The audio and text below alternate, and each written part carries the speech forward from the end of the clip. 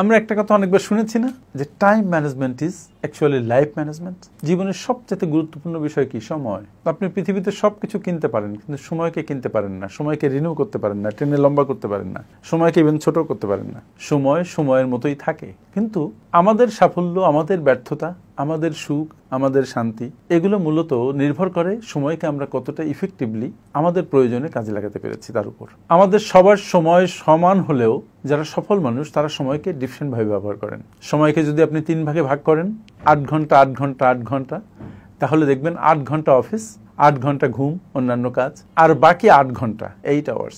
এই 8 ঘন্টা যে যতটা সফলভাবে ব্যবহার করছে, ইফেক্টিভলি ব্যবহার করছে, সে জীবনে তত এগিয়ে যাচ্ছে। তাই সাফল্যের মূল মন্ত্র হচ্ছে সময়কে ইফেক্টিভলি কাজে লাগানো। মনে রাখতে হবে যে সময়কে যদি আপনি সঠিকভাবে কাজে লাগাতে পারেন তাহলেই আপনি সফলকাম হবেন। Thank you.